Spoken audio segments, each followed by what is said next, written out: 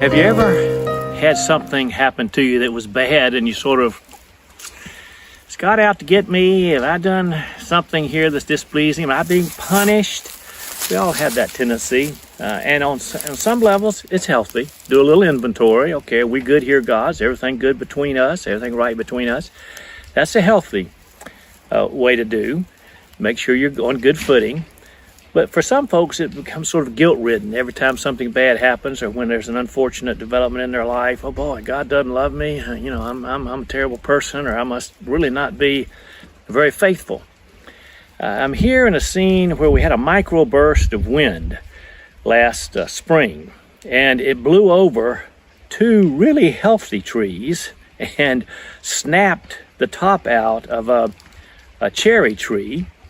But if you can see right beside the trees, the trees that are down, there's like three of them plus the cherry tree. There's a rotten tree, had no leaves on it, no foliage on it. I mean, you could blow on it, it'd fall over. What's that about? Well, a healthy tree has lots of foliage, lots of leaves, excuse me, and it catches the wind.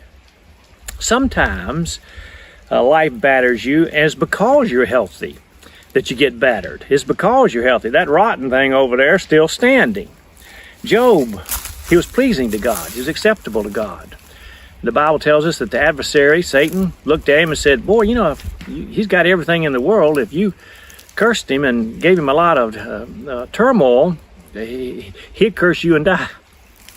And Job didn't. There's a famous verse where it says, though he slay me, after he had lost his family, lost his health, lost his wealth, lost everything, except his wife, who fussed at him and made it worse, gave him bad advice. The one person left gave him horrible advice, but that's another sermon.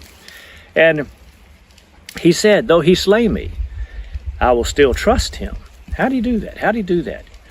It helps to take the perspective when things are bad or happening to us. Not always because something's wrong with me. Sometimes it's because something's right with me. Sometimes it's because something's right between me and God.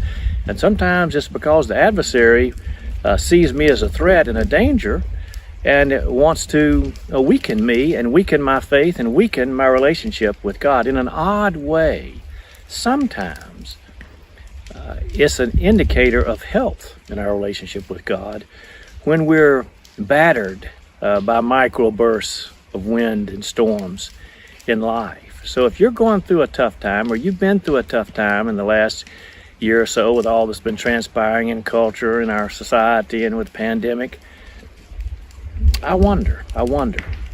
Always healthy to do a little inventory. But guilt, beyond that, don't let that happen. It's very possible that you're being complimented by being tested.